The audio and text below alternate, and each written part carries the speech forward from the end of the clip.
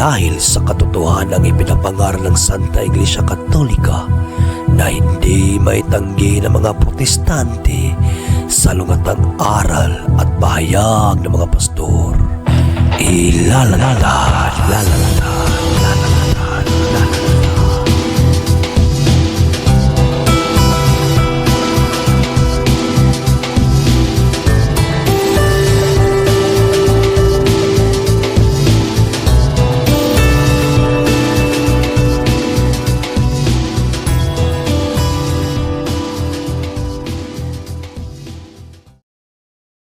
Car back, saw Simbahan.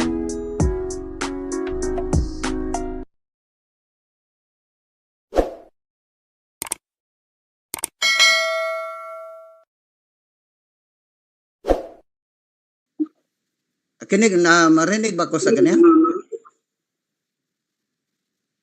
Hello, bro. Pastor? Yeah. Oh, nakikinig ako. Okay. Diretso, gani pa ako nagtaka. Yung topic nila ang Bible alone, pero ang Bible alone, hindi, mayroon pang iba pala. Hindi yun alone, pero yun na lang, aking diretso na lang po ako. Alin, sa ngayon ka na yung Biblia ay mga sinulat ko. Sa ngayon Nagpuputol-putol na yun. Yung boses niya eh. mga sulatin.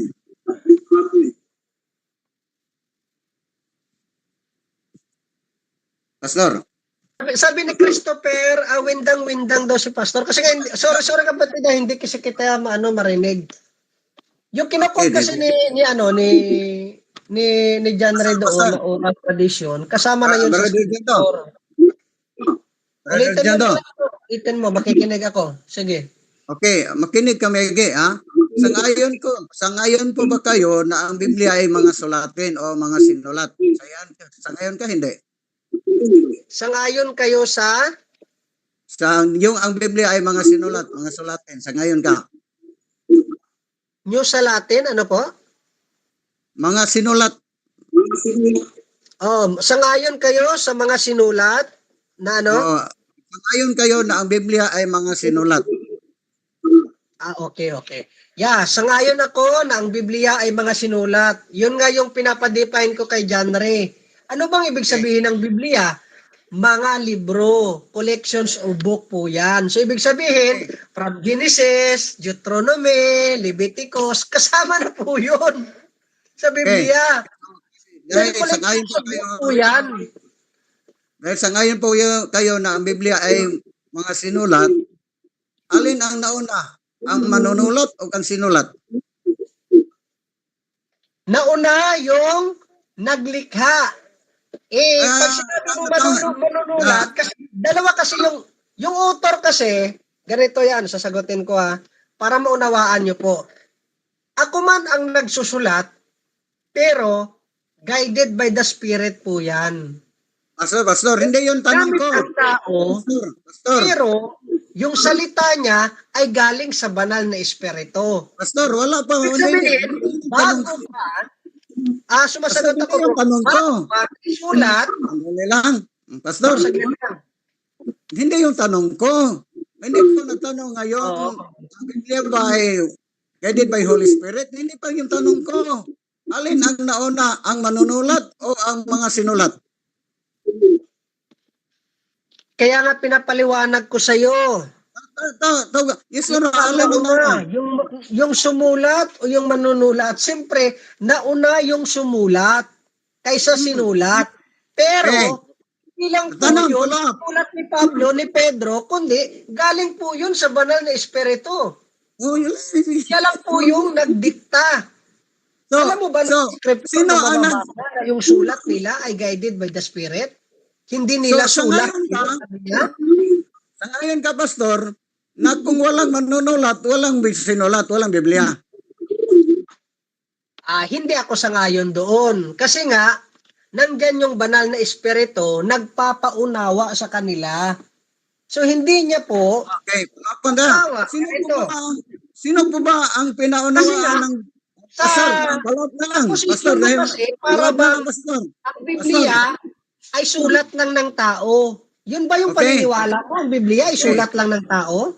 Sabi mo, Ang Biblia, ang nagsulat ayon ang ginabayan ng Espiritu Santo. Yung ginabayan ng Espiritu Tama. Santo nga nagsulat ng Biblia, sino ba yun? Iglesia o hindi iglesia? Yung sumulat, mga propeta ng Diyos sa lumang tipan. Ayan. Then, Simbahan ba bagong yun? tipan. Simbahan ba yun? Kung mabasa ko yung mga propeta kasali sa simbahan, kung mabasa ko, Kung mabasa mo, sige, basahin niyo po. okay. Na ang mga propeta ay kasama sa simbahan. Okay, basahin ko ha. Basahin Kung niyo mabasa po. ko, so, aking basahin. Epeso 2:20. Tulad ng isang Efeso gusali, 2. kayo itinayo. Makinig ko na muna. Last 3 question lang ko dahil maghatid po sa aking anak sa terminal. Sige. Ito po ha. Tulad ng isang gusali, kayo itinayo sa pundasyong inilagay ng mga apostol. Sino bang apostol? Di iglesia. At mga propita. Na ang batong panukulan ay si Kristo Jesus. Usali palang propita. Sabi mo, hindi sali. Butangi. So, aking tanong. Palang tanong. So, sa paniniwala mo sa Old Testament, nag-i-exist Nabasa ko na. simbahan, tama? Sabi mo, hindi sali ang propita Tama? sa iglesia. Pero nabasa ko. So, ipit na kayo. Follow up, panguta na. Tanong, Saglit lang. Tanungin mo muna. Nasagutin mo muna. So sa paniniwala mo, ang mga propeta ay parte na ng simbahan, tama? Nabasa sa Episodos 20. Sabi ni San Pablo, Ibig sabihin, may simbahan na sa Old Testament. sabi ni San Pablo, ang manunulat sa Old Testament, mga propeta at kasali ng iglesia na tayo ni Kristo at sa mga apostol. Yun ang sabi ni San Pablo. Ano nababasa? Wala. Kasi nga magkukontradict yan sa turo ninyo. Ito ilalatag ko. Ang Mateo, hindi, saglit lang. Ang sabi kasi ng scripture doon, I will build my church. Doon pa lang itatayo ang simbahan ni Kristo. So kung may simbahan na sa Old Testament, nag-contradict na yan sa position mo. Hindi yun nag-contradict. Hindi yun nag-contradict. Bakit? Paliwanag mo. Makinig ka muna. Speaking of Biblia, ang writer sa Old Testament, mga propeta. Speaking of New Testament, ang writer, mga apostoles, yun ang iglesia. Kung wala ang iglesia nagsulat, walang Biblia. Kung wala nag-compile na iglesia, walang Biblia. Ang tanong, sabi ni San Pablo, Episo 2:20, na iglesia itinayo ni Kristo, itinayo sa mga apostol o mga propeta. Mali ba San Pablo? Yun. Saan binasa na ang simbahan ni Kristo itinayo sa mga apostol at mga propeta? Makinig ka. Itinayo yan kay Kristo. Magtanong ko, patuloy ko magtanong. Sige, Pagdating ng Espiritu Santo, Pastor, pagdating ng Espiritu Santo, alam mo ba kung anong taon yun na dumating ang Espiritu Santo? Alam mo, hindi. Anong taon? So, ibig sabihin, hindi mo alam. Hindi, anong taon? Ikaw ang ikaw ang tatanong. Anong taon? Sige. So, ibig sabihin, hindi mo alam anong taon ng Espiritu Santo dumating. Hindi, alam mo, hindi. Para sa hindi mo alam. Mabuti nga, alam mo kung kailan dumating yung Espiritu Santo. So, dahil, tinanong kita, dahil Bible alone ka eh. Di ba? Bible alone. Old Testament, nandiyan na yung Espiritu Santo. Yung sa Pentecost chapter 2, yun po yung kanyang Pastor, huwag kang lilikoy. Pagdating sa Espiritu Santo, nung dumating Espiritu Santo, Old Testament, dumating, putangi. Yung mabasa sa...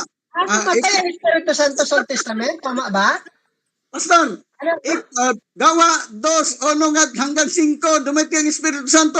Niya, Old Testament yun, butangi.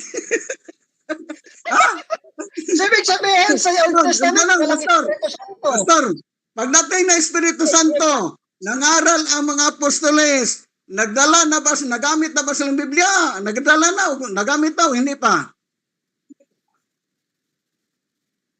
May scripture na nga na ginagamit. Pastor, hindi ko nagtanong, may scripture ba?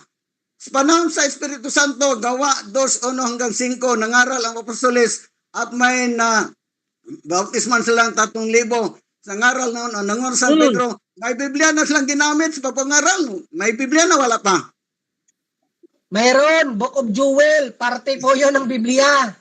Pastor, kailan na isulat ang gawa? Oh, Alam mo kailan na isulat ang gawa ni St. Luke? kailan? O hindi pala alam. Pastor kayo, hindi mo alam. Kailan nga? O, kailan ano ang connection doon sa Biblia? Ako na lang paalam sa iyo, yun ang dahilan, ang problema sa Bible alone. Ang gawa na isulat ni bakit? St. Luke, ang gawa na isulat ni St. Luke 65 AD ayon sa Bible chronology. O, anong connection yan sa kaligtasan? Kung alam mo yung gawa, kung kailan na isulat. Kailan na isulat, sabi mo? Ang gawa na isulat ni St. Luke 65 AD ayon sa Bible chronology. Nasa akong kamay ang Bible chronology.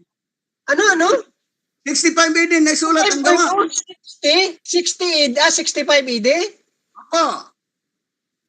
O, mag-research ka. Oh, Hindi sige. yan 65 AD. Mag-research ko dahil hindi mo alam. O, ganito. O, So, sige.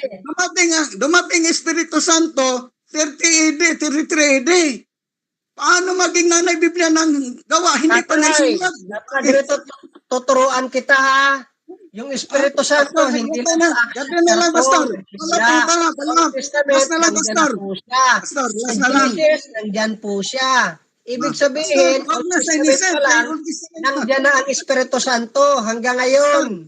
Last na lang, Pastor. Sabi O, mo, sige. ang batayan sa kaligtasan ang Biblia. Sang-ayon ka, pag walang Biblia, walang kaligtasan. O, correct. Okay. Kailan na-compile ang Biblia? Anong taon? Anong taon na-compile ang Biblia? Yes. Ikaw, anong taon?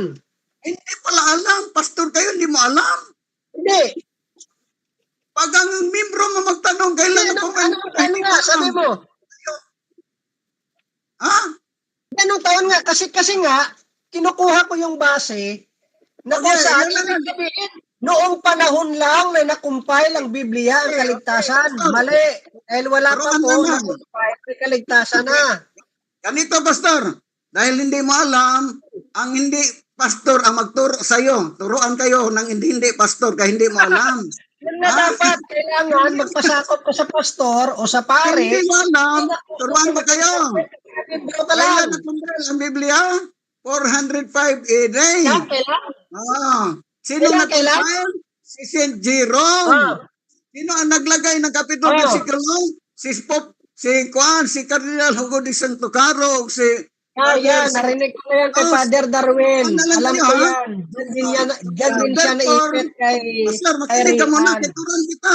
Dahil hindi mo alam, makinig ka. Para maturuan kita dahil hindi mo alam. Therefore, kung walang Biblia, walang kaligtasan, irrelevant.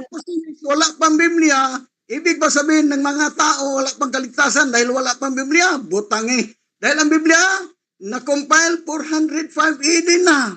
So, kung walang Biblia, Oo then wala man. pang Ibig sabihin, sa Old Testament, may kaligtasan na. Sa na-compile, may kaligtasan na. Hindi ka muna. Turuan kita dahil tanungin kita. Wala kayong masagot. Hindi ko alam. Yan ko na lang. Butangi. Ang topic mo mismo, kayo ang tumututol sa topic mo. Dahil ang Bible alone, wala nang iba. Mag-isa lang. Pero sabi mo, ang Bible alone, hindi ibig sabihin na Bible alone lang, may tradisyon pa, may referensya. Kasi saan mo, yun ba ang Bible alone? Bible, huwag na magamit ng Bible alone, may iba pa. Sa Kasi presentation huwag ka mag-strawman. ikaw na ang Ang sabi tumututol ko, sa iyong tinga. ang referensya, ang Ikaw tradisyon, na ang tumututol. Brother John Ray, maraming salamat. Pagkatid ko sa ating anak. Dahil na hindi pa ako mag-attend, ang yung natulog na referensya, Maraming magpapasakop. salamat, Pastor, ha? Maraming salamat. No hard feelings, ha? Maraming salamat. Brother John, Tapos na kayo? Pastor, Ayan na, hindi ako nakialam sa inyong usapan ha. Okay, Brother Lloyd, okay na ba yon? Sige bro. Mayang gabi, Sige, magandang gabi sa lahat. sige, bye-bye bro, bye-bye bro. Sige bro. Ayan na, so Nag-enjoy ako doon sa ano nyo Binanatan nyo talaga, no? Pinagtulungan. So, ayun. Wala Natapos yung na rin. alon niya.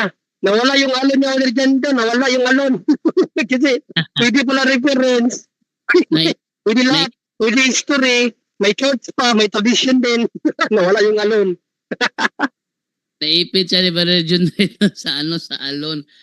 Akala mo, gusto niya ipatanggap kay Brother Angel yung Christ alone? Kaya nga inano ko na kasi baka sumagot si Brother Angel na mabaliktad. Kasi siya yung tinatanong natin dito Oh. So, yun ang malaking problema dito kasi pinapasang-ayon niya si Brother Angel na Christ alone. No, wala tayong turo Christ alone.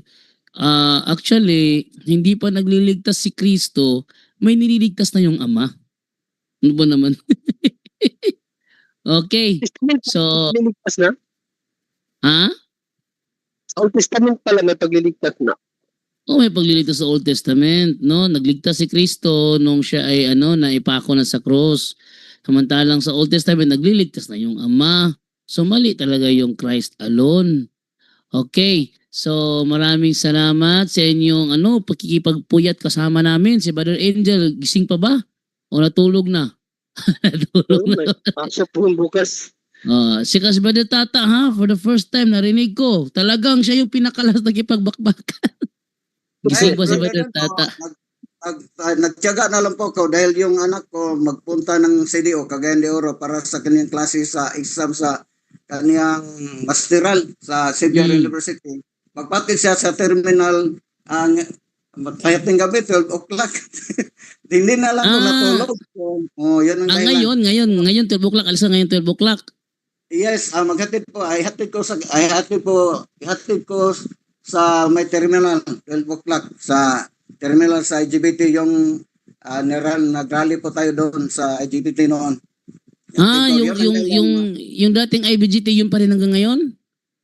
Yes. Hanggang ngayon, yun pala pa rin ang LGBT. Doon ko ihatod dahil magpunta sila sa CDO. Yun lang ang aking comment na sa stand lang niya Permero, hindi na Bible alone. Hindi niya lubos na unawaan ang topic ko niya. Ang Bible alone dahil yung Bible alone mag-isa. Di ba? Wala na nga. Ang gamit niya kanina sa stand niya, sila pa naman dyan do, yung 2 Timothy 3:16 na magagamit daw sa pagtuturo ang Biblia. So, doon ko siya inipit dahil yun pala, sa ngayon din pala siya na ang simbahan din, ipinadala ng Diyos para pagtuturo din sa salita ng Diyos, hindi lang Bible alone. Kasi, nagpadala din pala ang Diyos sa simbahan niya. Legan Brad Jundre, hindi ko nakalimutan kung nagtanong kailan isulat ni St. Paul ang 2 Timothy. Di ba? So, hindi niya alam. So, yun ang pinaka-problema niya. Dahil pag walang Biblia, walang kaligtasan, yun ang tanong ko sa kanya, alin ang nauna? Ang mga sinulat o ang mga magsusulat? Yung writer o ang writers? Sa ngayon din siya. Sa ngayon sa tanong ko kanina na si St. Paul, ano talaga ang turo ni St. Paul? Ano ang ibinili niya sa mga tagasunod? Biblia lang o Biblia tradition? So, yes, magayon siya, Biblia tradition. May kasama nga, sabi niya, yes, magkasama yan. So, hindi na may bula lang. Siya doon. Sobrang ipit na siya. So, yun lang siguro. Maraming salamat sa pagkataon na masaya ako sa kanya. Kasi may kasama pala, tapos may bula nun. Na tinanong ko pa ibang yun, walang kasama. Sabi niya, walang kasama yun. Nagkalito-lito na siya kaya pwede ako ang na tradition of history. Nagkalito-lito na siya kaya nagkalito-lito nga siya kaya nga ako tawang-tawa kasi yung tema Bible alone pero siya mismo ang nagtindig na merong oral tradition. Sabi pa kaya ba dyan ko, okay lang yung history, basta lang daw. Kudon pa sa Bible. Okay lang daw ang history basta walang kakontra sa Bible. Nung tinanong ko siya doon sa sabi niya opinion, hindi pwede yung opinion ng tao. Opinion ni Pablo, opinion ng tao yun. Nag-enjoy talaga ako doon. Madali siyang natalo kasi umamin naman siya na Meron pang oral tradition. Umamin naman siya. Siya nga sumira ng stand niya eh. Oh, Nagpahayag siya mismo. pero ang stand niya hindi pa bulalon eh kasi okay lang ang history tapos may simbahan din. Oh. Siya mismo ang nagwasak sa kanyang tema. Kaya magandang debate 'yon. Yung kalaban ko, hindi na ako nahihirapang wasakin ang tema niya kasi siya na mismo ang nagwasak ng kanyang tema. Tinulungan pa niya ako. Okay, dahil doon alas 11:44 na aalis pa si Badut Tata sa tanong wala na si Badut Tata. Dahil Badut Tata kami na lang ni Badut Jun din iwan dito. So, yun nahirapan talaga siya doon lalo na doon kay sa tanong ni Brother Angel sa kanya kanina, alin ang nauna, yung church o yung Biblia? Nahirapan siya doon. Hindi na niya alam kung paano sagutin yung chronological na tanong ni Brother Angel. So at least nag-enjoy tayo sa debating ito. Hindi na ako nakialam kasi habang natitipla ako doon ng milk, tawang-tawa naka-open naman yung TV doon sa labas. Nanood ako sa TV. Tawang-tawa ako doon sa bangayan nila ni Brother Angel. Tapos dinagdagan pa ni Brother John, tagal nga binitawan ni Brother Angel eh.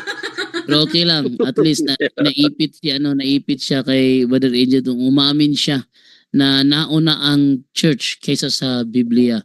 Yung sinabi niya na before ang church may salita na ang Diyos, hindi Biblia yun. Ano ba naman? Para na lang para si equivocation na lang doon si Lloyd Solatorio, no?